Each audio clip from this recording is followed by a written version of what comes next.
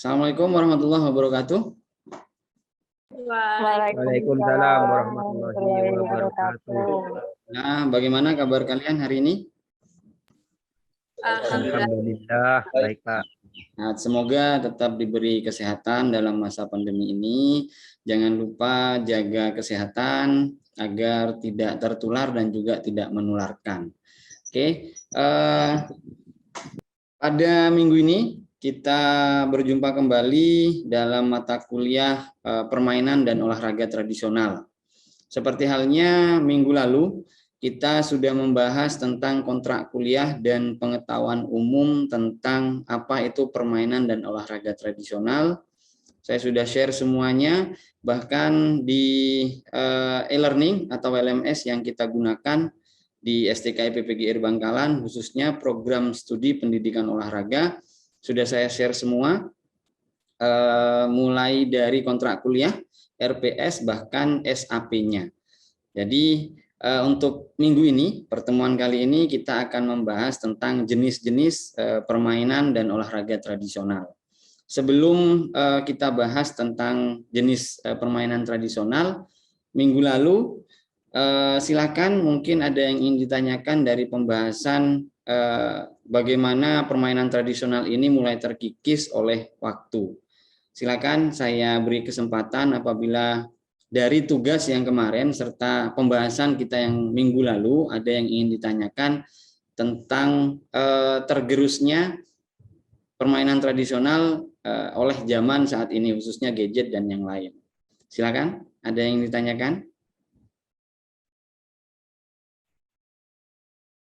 Tidak ada? Oke, kalau tidak ada, saya anggap kalian sudah menguasai dan juga sudah mencapai capaian pembelajaran di minggu lalu. Nah, untuk minggu ini kita coba buka kembali apa saja deskripsi mata kuliah serta capaian pembelajaran khususnya mata kuliah permainan dan olahraga tradisional ini. Oke, saya share screen dulu.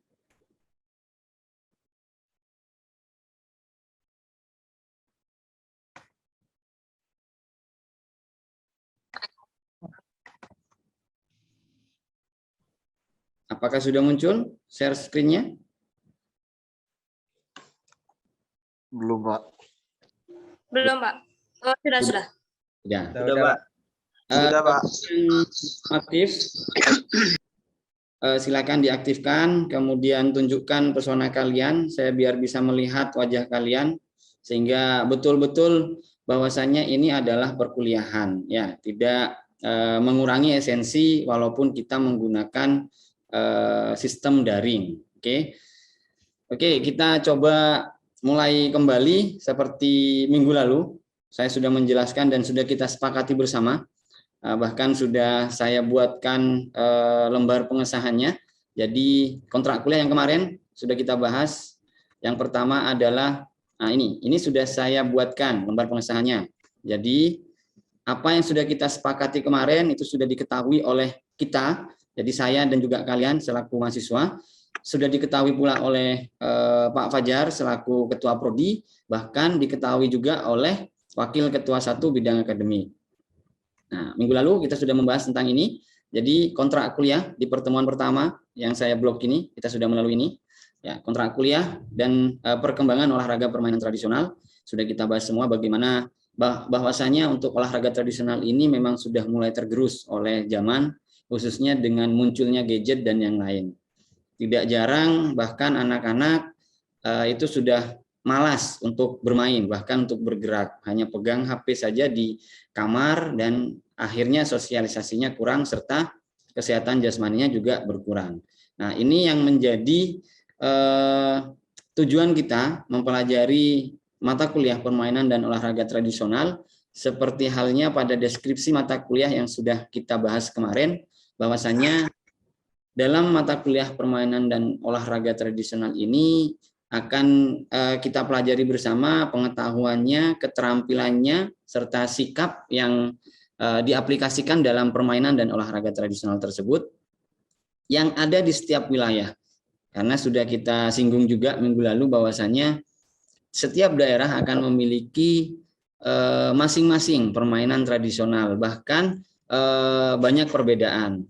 Walaupun sebenarnya hanya berbeda pada nama, akan tetapi permainannya sama atau mirip ya. Jadi nilai-nilai budaya bangsa Indonesia juga akan dipelajari yang khususnya di sekolah, serta menanggapi isu-isu atau mengkaji isu-isu dan masalah-masalah yang dihadapi dalam penerapan kearifan lokal melalui permainan olahraga tradisional. Ya, ini yang akhirnya akan membuat tujuan kita dengan mempelajari permainan tradisional ini sekali lagi untuk menggugah masyarakat, menggugah anak-anak untuk tetap aktif bergerak dan juga melakukan sosialisasi. Nah, untuk saat ini memang agak sulit dengan adanya pandemi di awal-awal pandemi ini.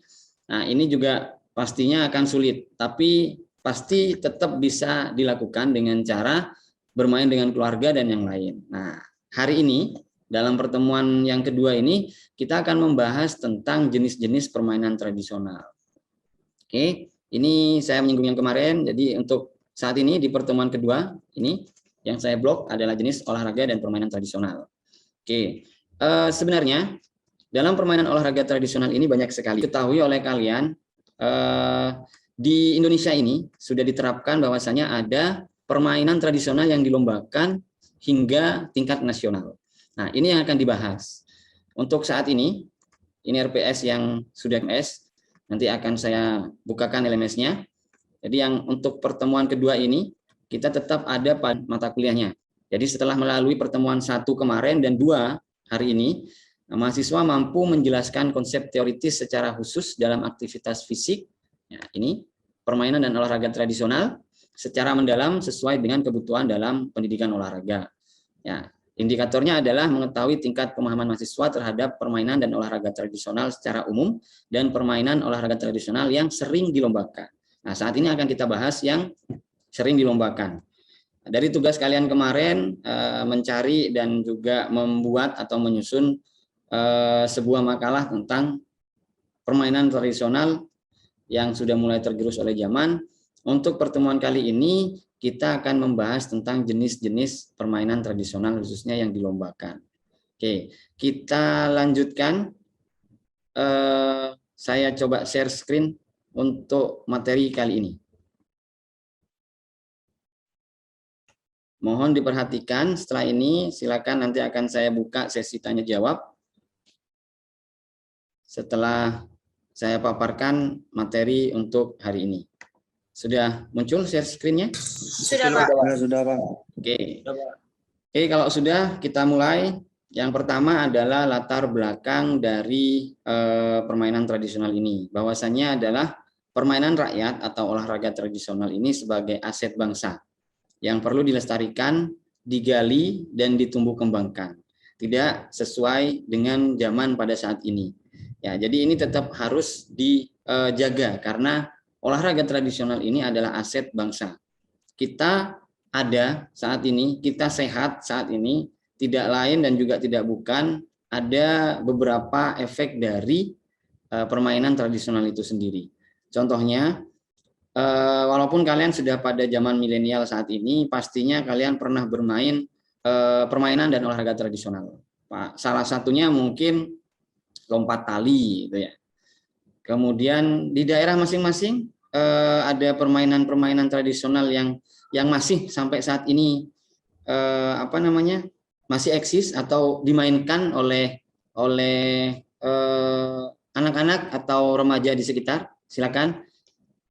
Ada, Pak, kelereng. Ada, Pak. Ya, Hadang, selodor. Selodor. Lupa aja tadi apa? Hadang, Pak. Hadang atau selodor. Ini ada perubahan bahasa ya, dalam artian kalau dulu kita kenal adalah selodor, saat ini dinasionalkan menjadi hadang namanya. Oke, jadi itu permainan yang sama yang saya sebutkan minggu lalu, bahwasanya kadang ada permainan yang sama di beberapa daerah, hanya saja namanya yang berbeda. Oke, hadang dan selodor. Oke, yang lain silakan. Bentengan, Pak. Bentengan, oke, bagus sekali Mbak Meli, terima kasih. Bentengan ini juga primadona permainan anak-anak, bentengan. Bahkan kalau dulu zaman saya di era-era saya bentengan ini pakai pohon karena memang masih banyak pohon. Sekarang untuk perkotaan biasanya bentengan itu pakai tiang listrik. Kadang kalau sudah tidak menemukan lagi ya pokoknya ada suatu benda yang bisa dibuat sebagai benteng untuk dijaga. Bisa jadi tembok atau hal lain. Oke, terima kasih Mbak Meli. Yang kedua, di permainan olahraga tradisional ini adalah olahraga tradisional ini dua persyaratan. Yang pertama adalah olahraga itu sendiri dan yang kedua adalah tradisionalnya sendiri. Jadi dalam permainan olahraga tradisional ini secara tidak sadar ketika anak-anak bermain dengan waktu yang kadang tidak bisa ditentukan, ini pasti akan meningkatkan kebugaran mereka. Contohnya saja tadi di hadang dan bentengan. Ya, mereka dituntut untuk terus bergerak agar tidak terkena oleh lawan. Bahkan ada strateginya juga. Siapa yang maju duluan, siapa yang harus merebut benteng, kemudian di hadang siapa yang harus mengelabui penjaga, siapa yang harus masuk duluan. Nah, ini beberapa hal yang berhubungan dengan olahraga. Nah, sedangkan untuk tradisionalnya sendiri banyak sekali untuk hal-hal tradisional tersebut. Salah satu contohnya adalah sumpitan. Ya, sumpitan ini berasal dari Kalimantan, yang saat ini dilombakan hingga tingkat nasional dalam permainan dan olahraga tradisional. Nah, hal ini juga mengangkat sebuah wilayah, sebuah daerah, khususnya di Kalimantan sana, dengan permainan mereka atau kebiasaan mereka. Bahkan itu bukan permainan kalau di sana. Sumpitan ini merupakan alat untuk berburu awalnya. Ya, jadi di berburu ini orang-orang Kalimantan biasanya di anak panahnya, anak sumpitnya itu biasanya dilumuri atau diberi racun, kemudian baru ditiupkan nanti disumpitkan ke sasarannya. Nah, ini awalnya adalah alat untuk berburu, khususnya untuk bertahan hidup, untuk makan dan yang lain. Nah, akhirnya berkembangnya zaman, sekarang sumpitan mulai dijadikan sebuah permainan dan olahraga tradisional, bahkan dilombakan hingga tingkat nasional. Oke, untuk mempersingkat waktu, mungkin ada yang ingin ditanyakan dari latar belakang tentang permainan dan olahraga tradisional. Silakan, saya beri waktu untuk bertanya. Jadi kita langsung sharing saja ya. Jadi langsung umpan balik. Ketika saya sudah menjelaskan, silakan kalian mau tanggapi, nanti kita lanjutkan kembali. Dari latar belakang, tidak ada? Oke, kalau tidak ada, kita olahraga tradisional ini dibagi menjadi dua. Yang pertama adalah sifatnya permainan atau bermain saja. Kemudian yang kedua adalah sifatnya untuk bertanding atau dipertandingkan. Nah, salah satu contoh, misalkan olahraga tradisional yang sifatnya hanya bermain. Contohnya adalah ini lompat tali ya. Kemudian ada juga beberapa contoh. Kalau di daerah saya ini ada yang lempar batu, namanya cangleh.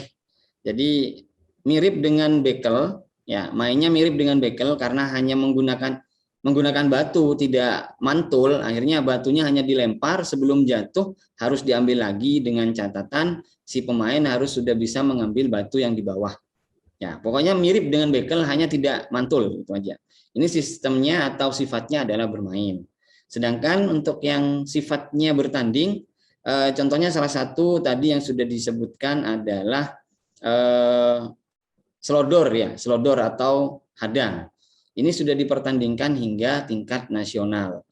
Bahkan seperti halnya olahraga yang lain, tetap ada yang di lokal, yaitu di kabupaten, itu akan dilombakan dan diseleksi. Nanti akan ketemu di regional, di Jatim, atau maaf, kok saya menyebutkan Jatim, maksudnya di provinsi.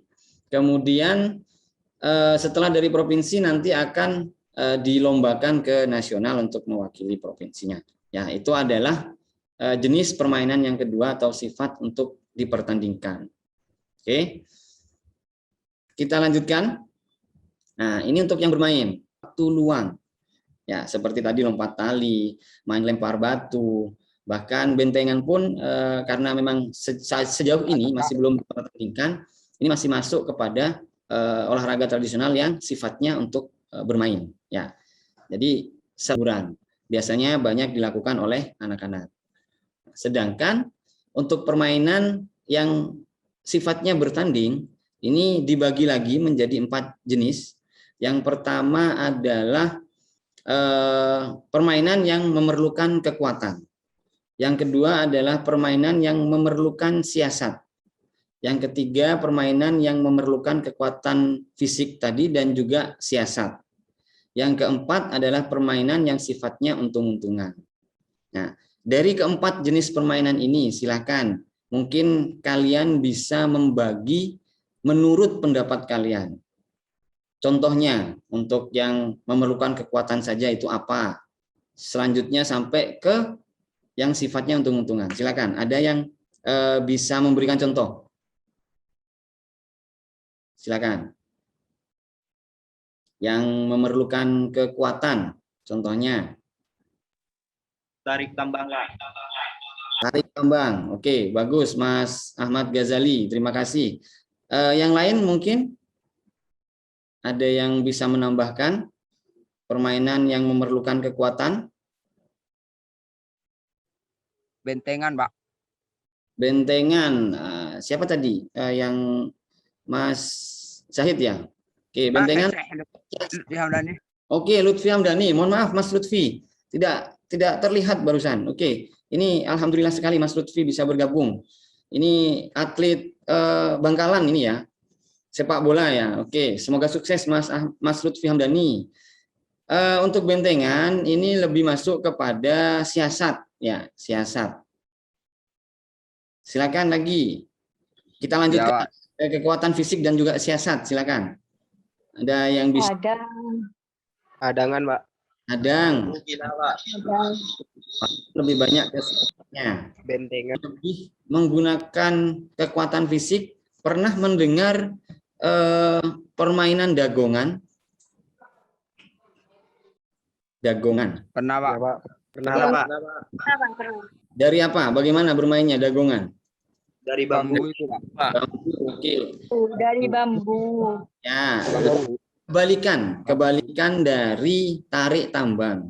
Kalau tarik tambang menggunakan tambang dan ditarik, yang tertarik itu kalah, sedangkan untuk dagongan ini menggunakan bambu dan didorong. Oke, berarti apa yang sudah saya share di LMS sudah sebagian besar sudah kalian download dan sudah kalian baca.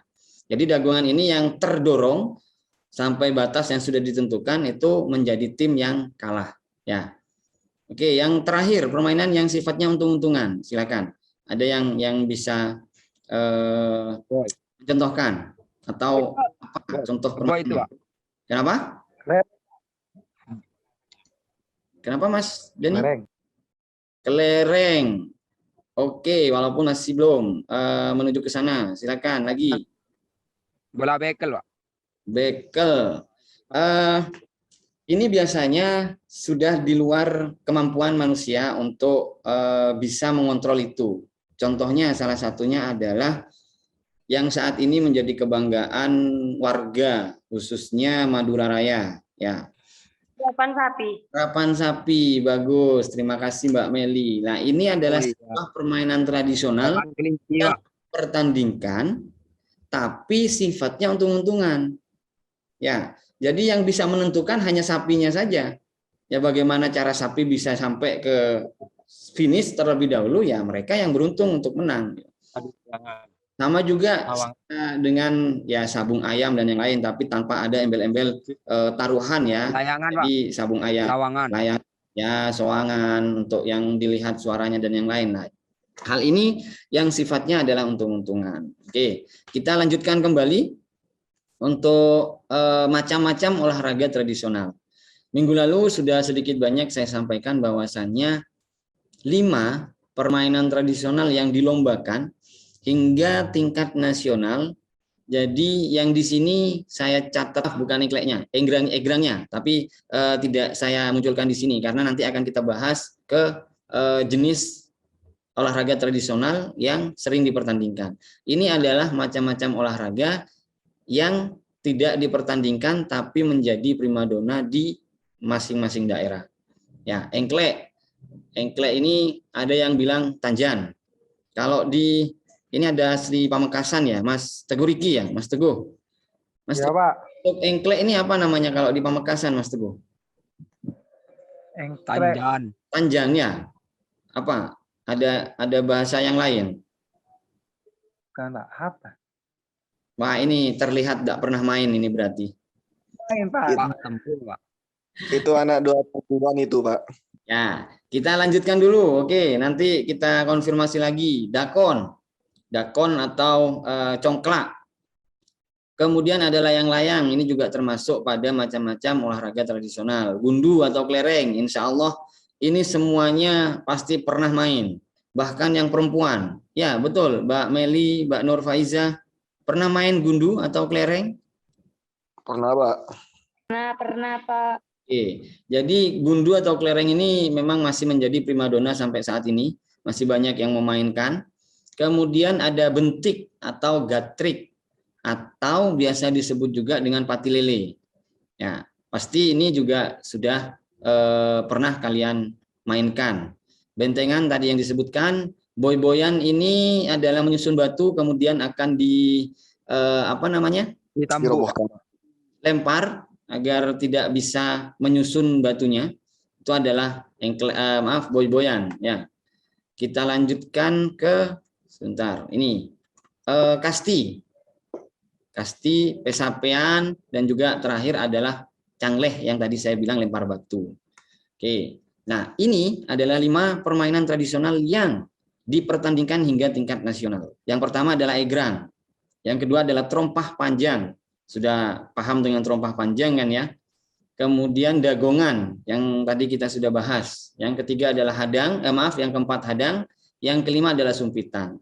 Ini adalah 5 permainan tradisional yang dilombakan hingga tingkat nasional. Jadi tidak menutup kemungkinan nanti ketika kalian bisa mengembangkan 5 permainan ini di daerah masing-masing. Khususnya syukur-syukur kalau kalian mengajar nanti bisa menerapkan ini di sekolah. Ini siswanya nanti bisa mewakili Bangkalan atau bisa mewakili SD kalian atau sekolah kalian ke tingkat kabupaten dulu, baru nanti ketika maksimal bisa dikirim ke provinsi. Oke. Nah, dari 5 ini yang akan kita bahas untuk pertemuan hari ini sedikit dengan minggu depan. Oke. Yang pertama kita bahas tentang egrang. Nah, egrang ini bambu yang diberi. Oke, ini dipertandingkan dengan cara ya siapa yang lebih cepat sampai pada garis finish. Nah, ini tujuannya. Tujuan dari semua jenis permainan tadi mirip, yaitu adalah mengisi waktu luang, bermain, mempertahankan budaya permainan rakyat, serta meningkatkan kemampuan motorik. Ini adalah tujuan utama dari permainan tradisional apapun itu. Kemudian manfaatnya untuk meningkatkan kualitas kebugaran tubuh, meningkatkan sosialisasi sesama teman, dan memiliki rasa senang. Yang ketiga adalah sasaran, yaitu anak-anak, remaja, dan dewasa. Jadi tadi sudah saya sampaikan bahwasanya tugas kalian adalah mensosialisasikan permainan tradisional ini di masyarakat sekitar agar tidak tergerus oleh zaman. Oke. Nah, lintasannya adalah panjangnya 50 meter, dengan lebar 7,5 dan dibagi menjadi 5, sehingga lebarnya 1,5 meter. Peralatan bagi umur 6-12 tahun, tinggi bambunya hanya 1,5, menyesuaikan dengan tinggi tubuh mereka. Tempat berpijaknya adalah tingginya 50 cm, lebarnya 15-20. Kemudian panjangnya 7,5 ke belakang. Ya, jadi untuk tempat berpijak mereka. Sedangkan untuk yang umur 13 tahun ke atas, ini tinggi bambunya 2,5 meter. Kemudian ukuran berpijaknya tingginya sama 50 cm, lebarnya 20 cm dan panjangnya 10 cm. Ini untuk peralatannya. Nah, untuk permainannya tadi, untuk pemainnya dimainkan oleh pria dan wanita. Kemudian sesuai dengan kelompok umur, yaitu anak-anak 6-12 tahun dan 13 tahun ke atas. Ini trompa panjang. Nah, sebelum ke trompa panjang, silakan. Ada yang ingin ditanyakan dari egrang terlebih dahulu. Saya kembali lagi kepada egrang. Silakan. Ada yang ditanyakan? Saya Pak. Muklas Pak. Oke, Izin bertanya. Kalau permainan egrang itu apa ada batasan untuk apa ya Pak? Kayak pemainnya itu kayak berat badannya berapa? Seperti itu Pak. Oke. Supaya maksimal gitu Pak. Makasih Mas Muhlas. Kalau dilihat dari segi permainan, tidak ada batasan apapun itu, entah tingginya, entah berat badannya. Hanya saja harus disesuaikan. Ketika memang berat badannya berlebih, ya tidak mungkin akan memainkan egrang yang dibuat dari bambu. Pastinya akan membahayakan. Jadi pembuatan egrang ini sendiri juga harus kuat, ya. Jadi memilih bambunya bambu yang agak muda, bukan yang tua. Kemudian cara memberikan ini pijakan betul-betul kuat sehingga bisa menopang pemain yang ada di atau sedang menggunakan egrang tersebut. Nah, jadi kalau dilihat dari segi keselamatannya, ketika memang sudah terlalu berat, Mas Muhlas, ya diusahakan untuk tidak menggunakan egrang. Khawatir nanti menimbulkan cedera. Oke. Yang lain silakan.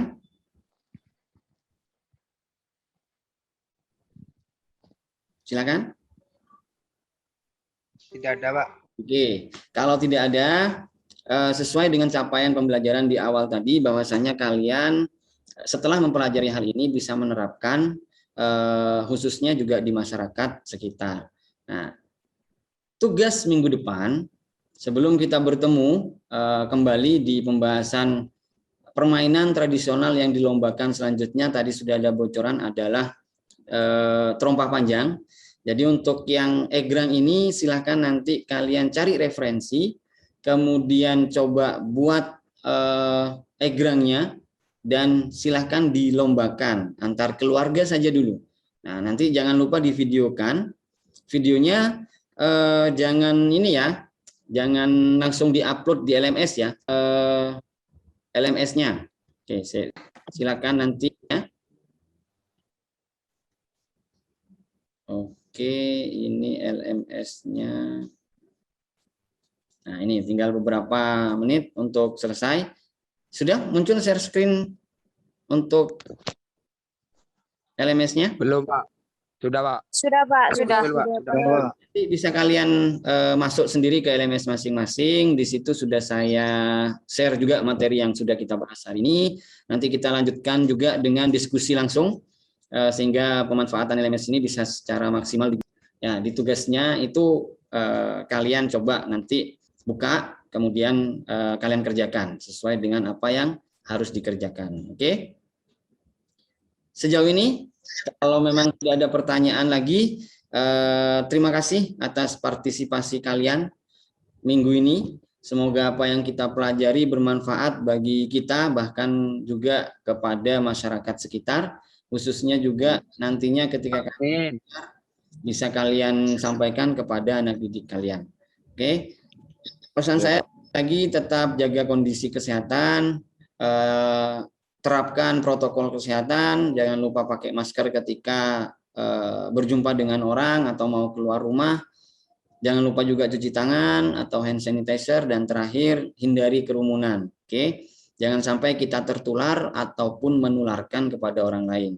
Ya, sekali lagi terima kasih atas perhatian kalian. Mohon maaf apabila masih belum maksimal karena memang terkendala, ada yang tadi izin tidak masuk karena sinyal dan yang lain. Selebihnya semoga sekali lagi ini bermanfaat. Wabillahi taufik wal hidayah. Wassalamualaikum warahmatullahi wabarakatuh. Oke, sampai jumpa kembali di pertemuan berikutnya. Oke.